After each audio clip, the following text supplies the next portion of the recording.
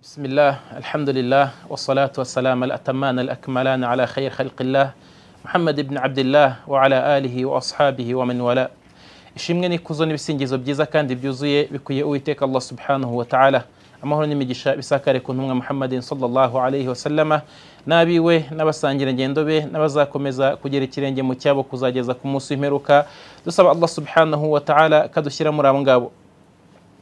Bavandimwe, dusabe Uwiteka Allah subhanahu wa ta'ala aduhe gushikama kandi aduhe no gukomera muri iyi nzira tugiye gutangira isomo rirerire rikenewe kandi isomo rikwiye kuba intego ya buri muislamu mu idini ye. N'iryo somo nta rindi ni isomo ryo gusobanukirwa igitabo gitagatifu cy'Uwiteka Allah subhanahu wa ta'ala, igitabo nyagasani Allah subhanahu wa ta'ala yamanuye kugira ngo kibe umuyoboro ku bantu, nyagasani akakiyobora akakimanura kugira ngo kibe urumuri ku bantu, nyagasani akimanura kugira ngo kibe umurongo ngenderwaho uyobora abayisilamu aho bashaka kujya ahariho hose. Nta wayoboka atakurikiye igitabo cya Qur'an, nta nushobora kugera ku ntego ashakirwaho n'Uwiteka Allah subhanahu wa ta'ala adakurikiye igitabo cya Qur'an. Nta nuwakurikira igitabo cya Qur'an atagisobanukiwe, no mu kugisobanukirwa harimo kumenya icyo kiganiro waganiriwe na Allah subhanahu wa ta'ala, icyo cyari kigamije n'icyo kivuga, n'icyo nyagasani Allah subhanahu wa ta'ala akubwira muri icyo gitabo. Qur'ani ntagatifu ni igitabo cyamanuye intumwa Muhammadin sallallahu alayhi wa sallama, akimanurirwa kugira ngo kibe umuyoboro kubemera Imana. Nyagasani aravuga ngo hudan lil muttaqin, ni umuyoboro kubemera Imana, ni inzira kubemera Imana, ni urumuri rumurikira abemera Imana mu bijyanye n'iganduka ryabo no mu bijyanye n'ubuzima bwabo bwa buri munsi. Nta na kimwe cyasize uretse ko cyakituganiriyeho, ariko ibyo ngibyo ni kuri ba bandi basobanukiwe icyo Qur'ani ivuga, basobanukiwe n'icyo Imana ibabwira, banasobanukiwe icyo Allah subhanahu wa ta'ala abashakaho muri iki gitabo cya Qur'ani. Tugiye kuvuga ibya Qur'ani ni byinshi ntago twabivamo, ariko by'umwihariko iri somo ryacu dusaba Uwiteka Allah subhanahu wa ta'ala ko yarishyiramo umugisha kandi akaryandikira ukwakirwa kandi akadushoboza kurishikamaho no kurikomeraho kugeza igihe tugejeje ku ntego, n'intego nta yindi no gusobanura igitabo cy'Uwiteka Allah subhanahu wa ta'ala uko cyakabaye. Iki gitabo kizadufasha muri byose, kizamura cyangwa se bamwe mu bantu bazamuka ku bwacyo n'abandi bagasuzugurika ku bwacyo. Dusaba Allah subhanahu wa ta'ala ko yadushyira mu bubahitse kubera igitabo cy'Uwiteka Allah subhanahu wa ta'ala. Isomo ryacu twaryise cyangwa se tuzaryita incamake zagutse mu gusobanura igitabo cya Qur'an. Incamake ariko zagutse mu gusobanura igitabo cya Qur'an ntagatifu. Ni incamake kubera ko ntago tuzavuga byinshi cyane mu bijyanye n'amategeko n'ubusesenguzi n'imirongo na byinshi mu bikubiye muri aya z'Uwiteka Allah subhanahu wa ta'ala, ariko tuzajya tuvuga cyangwa se turasa ku ntego, tuvuga amwe mu mategeko y'ibanze y'ingenzi kandi shingiro umuntu aramutse yasobanukiwe yaba abashije gusobanukirwa igitabo cy'Uwiteka Allah subhanahu wa ta'ala. Hanyuma ziragutse, nubwo ari incamake ziranagutse kubera ko tuzaba twagutse mu bijyanye no gusobanura amategeko magari ashingiyeho idini w'Islamu aboneka muri Qur'ani, yaba ari amategeko arebana na tawhidi, kumenya Imana imwe rukumbi, cyangwa se amategeko arebana na fiqhi, kumenya amategeko ngiro agenga idini ya Islam, cyangwa se agendana n'amateka, cyangwa agendana n'ubundi bumenyi muri rusange bwo umuyisilamu agomba kubakiraho kugira ngo abashe gusobanukirwa neza igitabo cy'Uwiteka Allah subhanahu wa ta'ala. Aho niho hinjiramo impamvu zo kumanuka kwa aya n'ibindi bitandukanye mu magambo atandukanye y'abamenyi tuzifashisha kugira ngo tubashe gusobanukirwa Qur'ani ntagatifu. Kubera ko ntushobora gusobanukirwa Qur'ani utifashishije amagambo y'abamenyi, kubera ko uwasobanuye iyi Qur'ani kurusha abandi n'Uwiteka Allah subhanahu wa ta'ala, hanyuma intumwa Muhammadin sallallahu alayhi wa sallama, hanyuma abigishwa bize ku ntumwa Muhammadin sallallahu alayhi wa sallama aribo basangira ngendo b'intumwa y'Imana sallallahu alayhi wa sallama, n'uruhererekane ku ruhererekane rw'izo ngabo nabo bagaragu Imana beza bakiriye ubumenyi bakabusohoza ibisekuru ku bisekuru kugeza ubwo natwe uyu munsi bitugezeho. Ahangaha rero nicyo tuzifashisha cyane kumenya icyo bavuze, ariko ntago tuzatinda cyane ku mazina yabo naho babivugiye, ariko tuzajya tubivuga mu buryo rusange ku buryo ubyumvishije atamenya itandukaniro ry'abamenyi muri icyo ngicyo, cyangwa se iri jambo ni iryande, ariko amagambo yose ahuriyeho ubusesenguzi n'ubusobanuro bwuzuye bwa Qur'ani, tuzagenda turasa ku ntego dufata ay'ingenzi muri yo kurusha ayandi. Igitabo cya Qur'ani ni igitabo cyamanuriwe intumwa Muhammadin sallallahu alayhi wa sallam. Nyagasani Allah subhanahu wa ta'ala akimanurira intumwa Muhammadin sallallahu alayhi wa sallama, imirongo yacyo ya mbere iza ivuga ngo iqra bismi rabbika alladhi khalaqa. Nyagasani avuga ati soma kubw'izina ry'umuremyi wawe we waremye. Hanyuma Nyagasani Allah subhanahu wa ta'ala akimanura mu bice cyangwa se mu ngeri zitandukanye. Habayeho impamvu, hari zamanukaga, hari Qur'ani yamanukaga kubw'impamvu runaka, hari na Qur'ani yamanukaga nta mpamvu y'umwihariko ibayeho, ariko ikagenda imanuka mu byiciro. Ariko mbere yaho ngaho Nyagasani Allah subhanahu wa ta'ala yayimanuye mu cyiciro kimwe, ayikura muri lawhil mahfuz, cyangwa se ahari inyandiko zibitswe z'Uwiteka Allah subhanahu wa ta'ala, ayigeza kuri sama dunya, ayigeza ku kirere cy'isi. Hanyuma nyuma yaho ngaho kuva ku kirere cy'isi imanurirwa intumwa Muhammadin sallallahu alayhi wa sallama. Ahangaha niho Jibril yakoraga ako kazi k'igihe kingana n'imyaka 23 ayimanurira intumwa Muhammadin sallallahu alayhi wa sallama. Qur'ani turayitangira tuvuga ngo a'udhu billahi minash shaitanir rajim, twikinze ku Mana ngo iturinde shitani wavumwe. A'udhu altaji, iyo uvuze ngo a'udhu ni nikinze kandi nishyikirije Nyagasani Allah subhanahu wa ta'ala kugira ngo andinde kandi ambungabunge, anansigasire, andindire ubusugire, andinde shaitani wavumwe. No kutangiza kwikinga ku Mana ngo ikurinde shitani wavumwe, ibi ngibi nibyo twigishwa n'Uwiteka Allah subhanahu wa ta'ala, aho Nyagasani avuga ngo fa idha qara'ta al-Qur'ana fasta'idh billahi minash shaitanir rajim. Nujya gusoma Qur'ani uzikinga ku Mana ngo ikurinde shitani wavumwe. Bityo kwikinga ku Mana no kugira ngo wikinge ku Mana ngo ikurinde ibishuko bya shitani, inakurinde guhungeteshwa na shitani, inakurinde guhungabanywa na shitani, ngo itagukura ku murongo wawe urimo wo gusoma igitabo gitagatifu no gutekereza ku mategeko akigize, no gukurikira umurongo n'umuyoboro twazaniwe n'Uwiteka Allah subhanahu wa ta'ala mu gitabo cya Qur'an. Bityo ugiye gusoma Qur'ani ni ngombwa kuyikinga ko Allah subhanahu wa ta'ala, kugira ngo Nyagasani amushyire kure amashitani, yaba ari amashitani y'amajini cyangwa se n'amashitani y'abantu, nk'uko Nyagasani Allah subhanahu wa ta'ala avuga ati minal jinnati wan nas, yaba ari mu majini harimo amashitani, yewe no mu bantu harimo amashitani. Minash shaitanir rajim, Nyagasani turinde shaitani wavumwe. Na shaitani ni izina ry'icyarabu riva ku ijambo shatna. Shatna ni wa wundi warakariwe na Allah subhanahu, wigometse ku mategeko ya Allah subhanahu wa ta'ala. Bityo uwigometse uwo nguwo yagezweho n'uburakari bwa Allah subhanahu wa ta'ala. Ni nayo mpamvu ari rajim, ay al-mub'ad min rahmatillah, wa wundi washyizwe kure n'impuhwe za Allah subhanahu wa ta'ala. Bismillahir rahmanir rahim, ku izina ry'Imana nyirimpuhwe nyirimbabazi. Nyagasani Allah subhanahu wa ta'ala akwigisha kubanza izina rye no kubanza izina ry'Uwiteka, niwo muco, ni nazo nyigisho, ni nawo murongo w'abagaragu b'Uwiteka Allah subhanahu wa ta'ala, nizo nyigisho z'intumwa y'Imana sallallahu alayhi wa sallama mu bikorwa bitandukanye, aho umuntu ashaka imigisha kandi akanashaka n'ingabire n'ibyiza biturutse kwa Allah subhanahu wa ta'ala, abicishije mu kwibanza izina ry'Uwiteka Allah subhanahu wa ta'ala.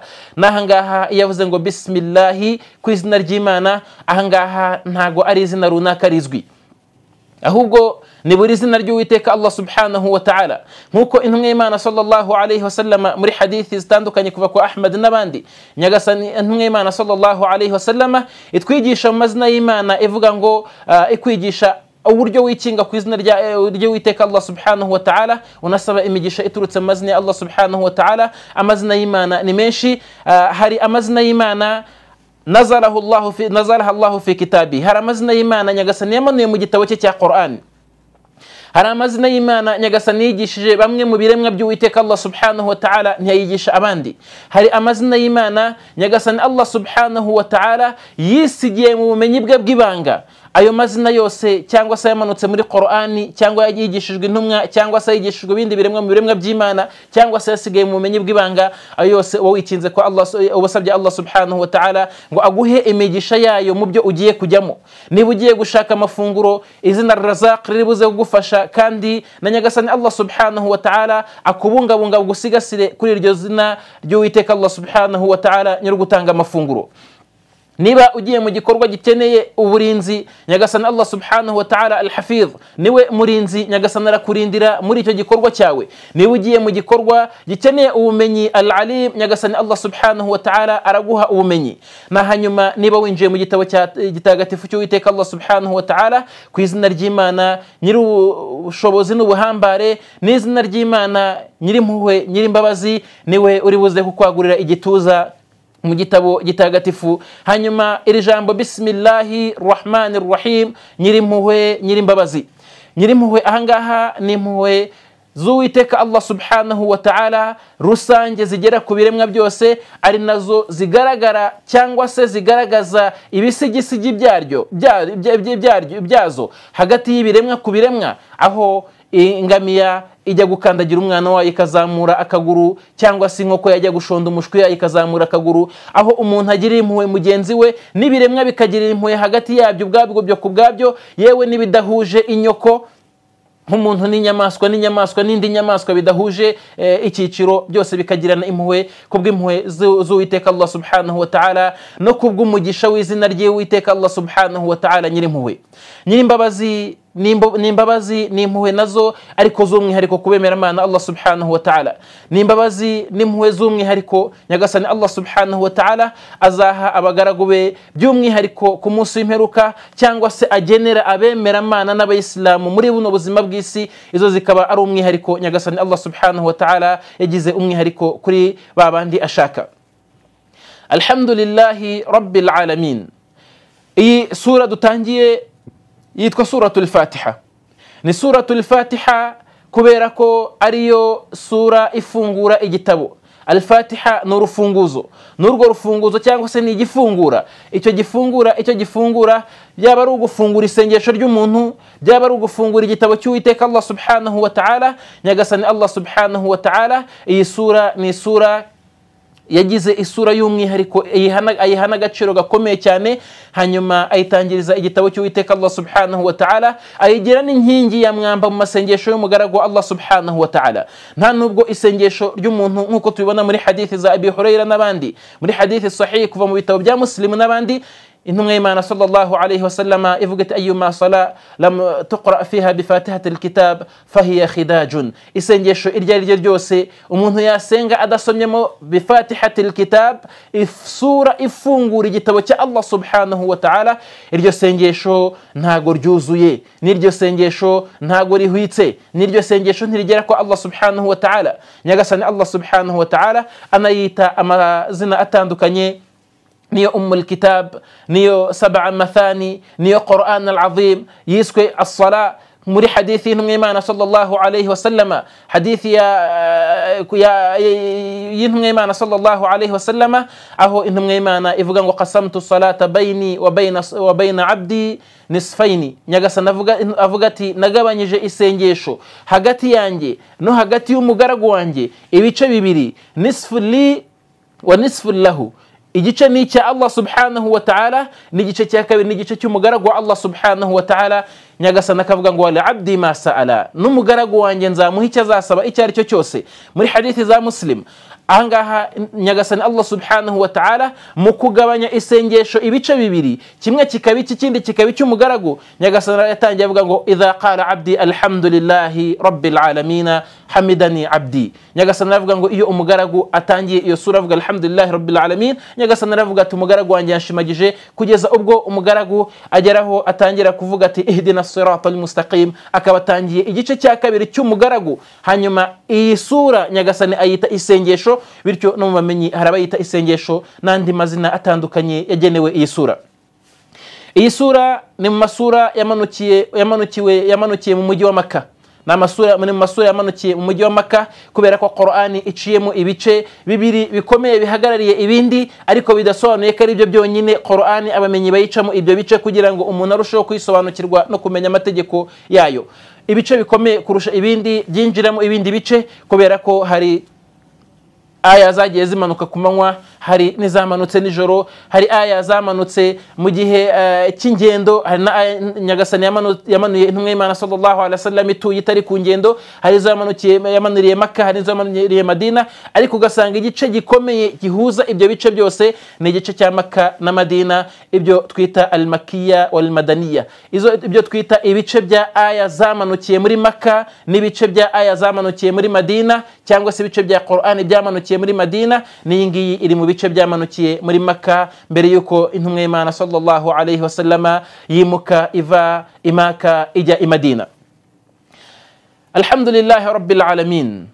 Mbere yuko dutangira iyi sura, ahangaha dufite ijambo bismillahir rahmanir rahim, ku izina ry'Imana nyirimpuhwe nyirimbabazi. Twarangije gusobanura, bamwe bamenyi bakabona ko iyi aya ari aya ibanziriza buri sura mu gitabo cy'Uwiteka Allah subhanahu wa ta'ala, abandi bakabona ko ari aya muri suratul Fatiha, abandi bakabona ko iyi ngiyi ari aya igice cya aya muri surati Naml, bityo ahandi akaba ari ijambo ry'umugisha no kwiyegereza Uwiteka Allah subhanahu wa ta'ala ritangirira buri sura. Ariko by'umwihariko muri suratul Fatiha dushingiye kuri hadithi nyinshi zitandukanye kuva ku ntumwa y'Imana sallallahu alayhi wasallama no ku nyigisho z'abasangirangendo b'intumwa y'Imana Muhammad sallallahu alayhi wasallama, ntago ari aya muri suratul Fatiha, ntago ari aya muri suratul Fatiha, nta nubwo ari aya mu masura yose itangira usibye surati al-Bara, surati Tauba, aho Nyagasani Allah subhanahu wa ta'ala atatangije iri jambo bismillahir rahmanir rahim.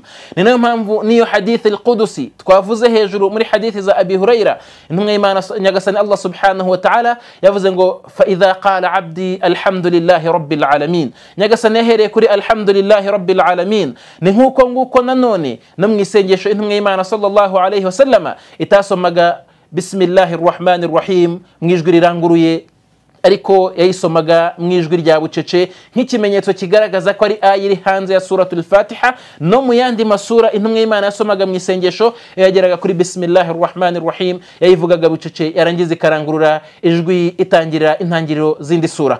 Bityo iri jambo ni ijambo ry'umugisha n'umuyisilamu agomba kwibanza mu bikorwa byose byinshi bitandukanye. Mu byo twagiye twigishwa mu ntumwa y'Imana sallallahu alayhi wasallama ni nko mu biryo, iyo umuntu agiye gufata amafunguro cyangwa se agiye gufata icyo kunywa, iyo umuntu agiye kubonana n'uwo bashakanye, iyo umuntu agiye gufata isuku no gutawaza n'ibindi bitandukanye mu bikorwa umuntu agomba kwibanzamo izina ry'Uwiteka Allah subhanahu wa ta'ala, nk'uko twabivuze, kugira ngo ubone imigisha n'ingabire za Allah subhanahu wa ta'ala zituruka mu mazina ye matagatifu no mu bisingizo bye bihambaye. Alhamdulillahi rabbil alamin. Ishimwe n'ikuzo bikwiye Uwiteka Allah subhanahu wa ta'ala, ishimwe no gushimagizwa no gushimwa by'ikirenga bitagira aho bigarukira, gushimwa bingana n'ubuhangange n'ubuhambare bwa Allah subhanahu wa ta'ala.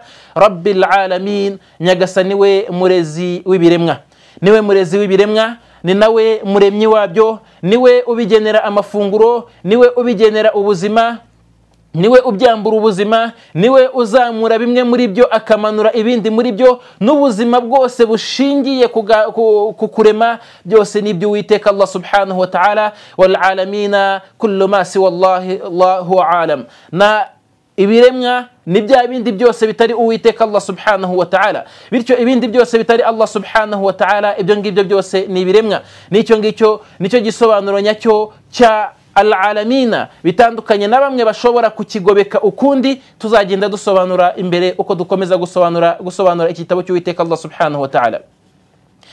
Aha ibyo bishimangirwa nanone n'ijambo ry'Uwiteka Allah subhanahu wa ta'ala. Qala Fir'aun, aho Nyagasani avuga ngo qala Fir'aun wa ma rabbul alamin, aho Farawo yabazaga Musa mubaza ngo ese uwo murezi w'ibiremwa n'umuremyi wabyo ninde?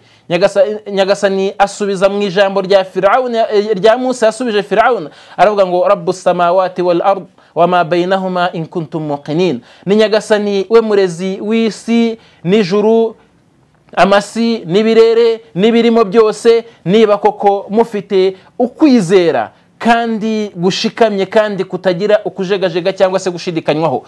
Ahangaha bisobanuye ngo ibindi byose bitari nyagasani Allah subhanahu wa ta'ala ni ibiremwa. Niyo tuvuze ngo umurezi w'ibiremwa n'umuremyi wabyo ni nyagasani Allah subhanahu wa ta'ala. We murezi w'ibiremwa n'ibindi byose bitari nyagasani, ibyo byose ni ibiremwa bya Allah subhanahu wa ta'ala, byaba ari ibigaragara n'ibitagaragara, ibifatika n'ibidafatika, ibyo dushobora kumenya n'ibyo tudashobora kumenya, byaba ari ibigendanye n'ibyiyumviro nk'intekerezo cyangwa se gukunda cyangwa kwanga cyangwa kwibaza n'ibindi nk'ibyo ngibyo, byose ni mu biremwa by'Uwiteka Allah subhanahu wa ta'ala. Ar-Rahmanur Rahim, Ar-Rahman nyirimpuhwe, Ar-Rahim nyirimbabazi. Bismillahir Rahmanir Rahim, ni nyirimpuhwe nyirimbabazi. Nyirimpuhwe twabisobanuye ko ari impuhwe z'Uwiteka Allah subhanahu wa ta'ala, impuhwe rusange zigera ku bagaragu bose. Hanyuma Ar-Rahim, nyagasani Allah subhanahu wa ta'ala, impuhwe ze z'umwihariko kuri ba bagaragu b'Uwiteka Allah subhanahu wa ta'ala, na by'umwihariko ku munsi w'imperuka. Ijambo Ar-Rahman ni ijambo uwo ari wese adashobora kuyitirira.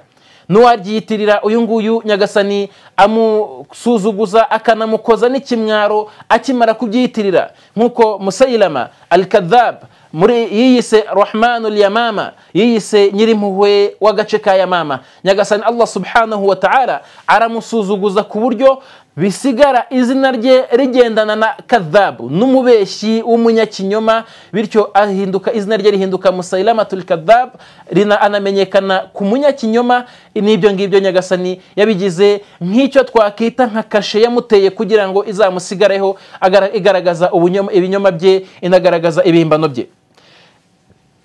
Nyagasani aravuga ati Maliki Yawmiddin, umwami wo ku munsi w'imperuka, umwami wo ku munsi w'imperuka, umwami wo ku munsi w'ibarura. Na din, iyo bavuze adin baba bavuze ibarura. Ni nayo mpamvu abahakanyi bavugaga bati inna lamadinun, ese uwo munsi nyuma y'ibi ngibi hari igihe kizaza tujye kubarurirwa twishyuzwe ibyo twakoraga. Uwo munsi rero ni wo munsi nyagasani Allah subhanahu wa ta'ala avuga ati ni umwami w'uwo munsi. Umunsi nta bundi bwami buzaba buhari usibye ubwami bw'Uwiteka Allah subhanahu wa ta'ala. Liman al-mulku al-yawm, nyagasani Allah subhanahu wa ta'ala azabaza ati ubwami uyu munsi n'ubwande, yisubiza ati lillahi al-wahid al-qahhar, ni ubwa nyagasani Allah subhanahu wa ta'ala, we umwe wenyine kandi we uri hejuru y'ibiremwa kandi ubirusha imbaraga kandi ubihagarariye. Bityo ibiremwa byose iyo bituje nta numwe ushobora kuzamura ijwi, nta numwe kandi ushobora no kuvuga, nta numwe ushobora no kwirata ubwami. Nyagasani Allah subhanahu wa ta'ala yirata ubwami bwo ku munsi w'imperuka muri iyi sura by'umwihariko, kugira ngo akwereke ko uwo mwanya n'icyo gihe azaba yihariranye ubwami si cyo gihe cyonyine, no ku isi hose ni umwami, ariko kuri uwo munsi by'umwihariko nta n'umwe uzigera wibeshya ubwami cyangwa se ngo abwirate cyangwa se ngo abwivuge. Ni nayo mpamvu nyagasani Allah subhanahu wa ta'ala muri iyi aya aba ashimangira n'ubwami bwo mu isi. Uzaba ufite ubwami aho ngaho, niwe mwami w'ibihe byose, nta n'undi ushobora kuba umwami utari we. Iyi aya ifite ibisomo bitandukanye, aho ishobora kuvuga Malik cyangwa Malik. Nibi byose ntacyo bitwaye, kuko byose ni ugushimangira ubwami bw'Uwiteka Allah subhanahu wa ta'ala, cyangwa se nyir'ubwami bwo ku munsi w'imperuka. N'ahangaha niho umuyisilamu agomba guhita agira ituze muri we, akamenya ko nta ushobora kugira icyo amutwara usibye Allah subhanahu wa ta'ala, kandi ko buri wese ari munsi y'ubwami bwa Allah subhanahu wa ta'ala. Bityo yiringire Allah, nasaba asabe Allah, nashaka ubwami busabe Allah, nashaka icyo ashaka cyose agisabe Allah, nashaka kwikinga yikinge kuri Allah subhanahu wa ta'ala, we mwami wo ku munsi w'imperuka n'umwami w'ibihe byose. Iyyaka na'bud wa iyyaka nasta'in. Nyagasani aravuga ati iyyaka na'bud, nyagasani ni weho wenyine dusenga, wa iyyaka nasta'in, ni nawe wenyine dusaba inkunga n'ubufasha, tunitabaza ngo dutabarwe nawe mu bihe byose by'amakuba n'ibihe byose by'ibizazane. Ahangaha iyyaka na'bud, nyagasani ni weho dusenga wenyine. Ibi ni ibishimangira ibisingizo byose twavuze n'ibigwi by'Uwiteka Allah subhanahu wa ta'ala byabanjirije iyi aya. Na buri muislamu iyo arimo asenga, arimo asoma Qur'ani, arimo asoma iyi sura, agomba kongera kugarura ibi bitekerezo, akumva n'icyo arimo kuvuga kanagisobanukirwa. Ni nayo mpamvu twatangiye tuvuga ko buri muislamu agomba gusobanukirwa igitabo cye, by'umwihariko iyi suratul Fatiha nk'inkingi ya mwamba mu buzima bw'umuislamu budashobora gutungana budafite iyi sura, byaba ari mu kuyigira, mu kuyimenya no kuyisobanukirwa, byaba ari ukuyigira mu kuyishyira mu ngiro, byaba ari ukuyigira mu kuyifashisha, yewe no kuyigira mu kuyifata mu mutwe, kubera ko ariyo nkingi ya mwamba igize amasengesho ye. Iyyaka na'budu, ukabwira nyagasani Allah subhanahu wa ta'ala uti nyagasani niweho wenyine dusenga. Habanza iyyaka nko gushimangira ko nyagasani nta wundi usengwa, nta n'undi uyu muntu akambira gusenga, nta n'igitekerezo namba afite cyo kugira undi yasenga utari Allah subhanahu wa ta'ala. Iyyaka na'budu, niweho dusenga, wa iyyaka nasta'in, ni nawe dusaba imfashanyo, tunasaba inkunga, tunasaba imbaraga, tunasaba ubutabazi, niweho twiragiza Mana nyagasani.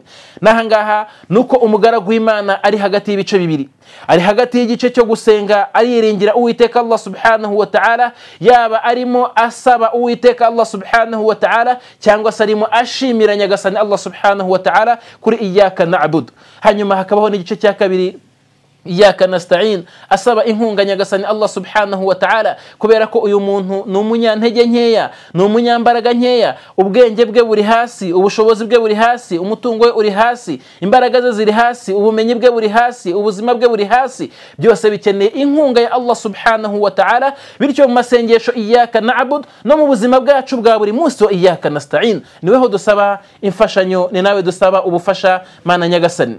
Ihdina as-siratal mustaqim, aha nyagasani Allah subhanahu wa ta'ala akavuga ati wala abdi ma sa'ala, umugaragu wanjye ndamuha ibyo asaba, n'ibyo asabye ndabimuha, nyuma yo kubahiriza ariko cya gice cya mbere, kubera ko ubutubahirije ukuri kw'Imana ntago nawe ukwiye gusaba icyitwa ukuri kwawe ku Mana. No kugira ngo ubone ukuri kw'Imana, ukuri kwawe ku Mana, no kugomba gutanga ukuri kw'Imana kuri weho, no kuri kw'Imana kuri weho, anta abuduhu wala tushrik bihi shay, nuko uyigandukirayo yonyine ukirinda no kuyibangikanya n'icyari cyo cyose. Uko niko kuri kw'Imana ikeneye kuri weho. Ni aya, nizi aya zose, nibi bisingizo byose nyagasani Allah subhanahu wa ta'ala akwigisha, nukugira ngo ubashe kumenya ukuri kw'Imana kuri weho, ubashe kumenya nuko ugomba gusingiza Uwiteka Allah subhanahu wa ta'ala, nkuko n'intumwa y'Imana sallallahu alayhi wa sallama yavugaga iti la nuhsi thana'an alayk anta kama athnayta ala nafsik, nyagasani ntago dushobora kukwiza amagambo y'ibisingizo byawe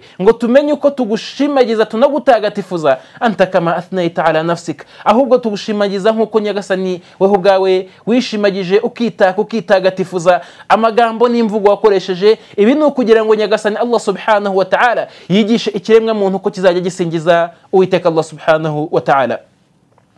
Uti ihdina as-siratal mustaqim, nyagasani tuyobore inzira igororotse. Aha inzira igororotse ya mbere no kukumenyesha ibyo usabwa kwa Allah subhanahu wa ta'ala, n'inzira igororotse no kukumenyesha ibyo ukeneye kuri Allah subhanahu wa ta'ala muri izo nyigisho no muri ibyo bisingizo bya Allah subhanahu wa ta'ala mu myitwarire yawe ya buri munsi. Inzira igororotse ya mbere ukeneye niyo kumenya Allah subhanahu wa ta'ala, kuko nta bwenge butarimo kumenya no gusobanukirwa Allah subhanahu wa ta'ala. Nutaramenya Allah, uwo niwe njiji, n'uwajijwa iby'isi yose ariko akamenya Allah, uwo niwe munyabwenge, niwe muhanga, uwo ngo ni nawe ushimwa n'Uwiteka Allah subhanahu wa ta'ala. Ihdina as-siratal mustaqim, nyagasani tuyobore inzira igororotse. Ni inzira igororotse mu buzima bw'idini no kugandukira Allah subhanahu wa ta'ala, ni inzira igororotse mu buzima bwacu bwa buri munsi, mu rushako tuyoborwa inzira igororotse, mu mafunguro tuyoborwa inzira igororotse, mu mirimo tuyoborwa inzira igororotse, mu bikorwa byose bya buri munsi nyagasani kuyobore inzira igororotse. Siratal ladhina an'amta alayhim, inzira yabo nyagasani wahaye impano, n'abahawe impano ni babandi nyagasani Allah subhanahu wa ta'ala avuga ngo minan nabiyina was-siddiqina wash-shuhada'i was-salihin wa hasuna ulaika rafiqa, ni muri babagaragu ba Allah subhanahu wa ta'ala mu bahanuzi n'intumwa, was-siddiqina n'abanyakuri ba Allah babagaragu beza ba Allah subhanahu wa ta'ala, was-salihina no muri babagaragu b'Imana beza, nabo ngabo nibo bagaragu b'Imana beza. Iyo umuntu asabye Imana ngo imuyobore inzira igororotse, inzira yabo yahaye impano, impano bayihawe nabo ngabo nizo ntumwa, nabo bahanuzi, nabo bagaragu b'Imana beza kurusha abandi, abo ngabo nibo bagaragu b'Imana beza kurusha abandi. ghayril maghdubi alayhim, atari inzira yabo warakariye, wala dhalina, cyangwa se abayobye. N'abarakariwe na Allah subhanahu wa ta'ala ni babandi bafite ubumenyi bagize bagaca ukubiri nacyo, hanyuma bakagenda binyuranye n'ibyo bigishijwe na Allah subhanahu wa ta'ala. Abo ngabo barakariwe na Allah subhanahu wa ta'ala. No ku isongero ryabo hariho abayahudi basobanukiwe ukuri ariko bakanga kugukurikiza, bamenye intumwa Muhammadin sallallahu alayhi wa sallama, bayisoma mu bitabo byayo, banayisobanukirwa mu bahanuzi babo, ariko banga kuyikurikira, bamenya ukuri gushingiye kuyobokamana no kukuri k'ubuzima n'ukuri kw'abantu kwa bagenzi babo, ariko ibyo banga kubikurikiza ariko babizi. Nabo ngabo barakarirwa n'Uwiteka Allah subhanahu wa ta'ala. Wala dhalina, n'abayobye ni wa wundi wese uyoboka Imana mu bujiji, na wa wundi wese ukurikira Imana mu byo atazi. Isengesho ararisenga ariko ntarisobanukiwe, zaka arifuza kuyitanga ariko ntayisobanukiwe, isadaka nuko nguko, umutambagiro nuko nguko, igisibo nuko nguko. Uyu nguyu ugandukira Imana mu bujiji, uyu nguyu niwe wayobye. N'aba ngaba iyo umuntu yayobye aba yaranarakariwe na Allah subhanahu wa ta'ala, niyo yarakariwe na Allah subhanahu wa ta'ala aba yaranayobye. Ariko kubijyanye by'umwihariko no kuyoba, abari ku isongero n'abakristu bagandukira Imana n'urukundo rwinshi, ariko hejuru y'ubujiji bwinshi cyane bugera no ku rwego rwo kutabasha gusoma mu biri mu bitabo byabo bagendana nabyo, babana nabyo, ariko bakaba nta mwanya wo kubisoma, cyangwa se nta mutima n'urukundo wo kujijuka mu idini, ahubwo umuntu akajya agandukira Imana ashingiye ku marangamutima nkaho yashingiye ku byahishuwe byera yahishuriwe n'Uwiteka Allah subhanahu wa ta'ala. N'iyi aya ni ikimenyetso gikomeye cyane Nyagasani Allah subhanahu wa ta'ala abwira ummati Muhammad, kugira ngo nabo bamenye ko uwayoba muri bo akisanisha n'abayahudi cyangwa se akisanisha n'abakristu, ko nawe yaba ari mu bayobye no mu barakariwe n'Uwiteka Allah subhanahu wa ta'ala. Ntago ari inkuru tubwirwa ngo tumenye, ahubwo ni umuziro tubwirwa ngo twirinde, ni n'umurongo utukura duhabwa kugira ngo tutarenga. Ghayril maghdubi alayhim wala dhalin, Nyagasani ntibari inzira y'abayobye, yabo warakariye cyangwa se abayobye. Iyi sura ni sura ikomeye cyane, igaragaza ubumwe bw'Uwiteka Allah subhanahu wa ta'ala, igaragaza ubumana bw'Uwiteka Allah subhanahu wa ta'ala mu kurema kwe, n'ibigaragaza ubumana bw'Imana mu kugaragirwa yo yonyine mu kurema, aho Nyagasani avuga ngo Rabbil alamin, umurezi w'ibiremwa, bityo ukamenya ko Nyagasani yaremye. Hanyuma no mu gusengwa wenyine, aho Nyagasani avuga ngo iyyaka na'budu, niweho dusenga weho wenyine, ukamenya ko amasengesho yose agomba guharirwa Uwiteka Allah subhanahu wa ta'ala, ukanamenya n'Imana mu mazina yayo n'ibigwi n'ibisingizo byayo bitagatifutse, aho Nyagasani guhera mu ntangiriro Allahu Ar-Rahmani Ar-Rahim Maliki Yawmiddin n'ibindi bitandukanye mu mazina n'ibisingizo by'Uwiteka Allah subhanahu wa ta'ala. Nanone iyi sura ni sura yakusanyije ubumenyi bwose bwa Qur'an, yakusanyije ubumenyi bwose bwa Qur'an mu bice byose bitandukanye bigize Qur'an, ikwigishamo amateka yo kumenya abayobye n'abarakariwe na Allah subhanahu wa ta'ala, n'abagaragu b'Imana beza mu ntumwa n'ibindi, aho Nyagasani avuga siratal ladhina an'amta alayhim, ikanakwigisha na byinshi mu bitandukanye mu mategeko akwiye kugenga umuyisilamu mu buyisilamu bwe, n'umwemeramana mu kwemera Imana kwe, n'usenga mu masengesho ye, n'umuyisilamu mu bikorwa bye byose bya buri munsi. Dusaba Allah subhanahu wa ta'ala ko yadushyira mu bagaragu be beza kandi basobanukiwe ukuri ko gusobanukirwa idini ye, hanyuma bakayikurikiza badashingiye ku marangamutima ngo babe mu bayobye, cyangwa se ngo bace ukubiri n'ibyo bazi, ngo babe mu barakariwe n'Uwiteka Allah subhanahu wa ta'ala. Dusaba Allah subhanahu wa ta'ala ko ibingibi yabishyira ku minzani yacu y'ibyiza, kandi akaduha kubikora nta wundi tubyereka usibye uburanga bwe butagatifu, tunamutakambira ngo azaduhe gukomeza gushikama no gukomera kuri iyi nzira kugeza igihe tugeze ku ntego yacu. Wa akhir da'wana alhamdulillahi rabbil alamin, subhanaka allahumma bihamdika, nashhadu an la ilaha illa Allah, nastaghfiruka wa natubu ilayk.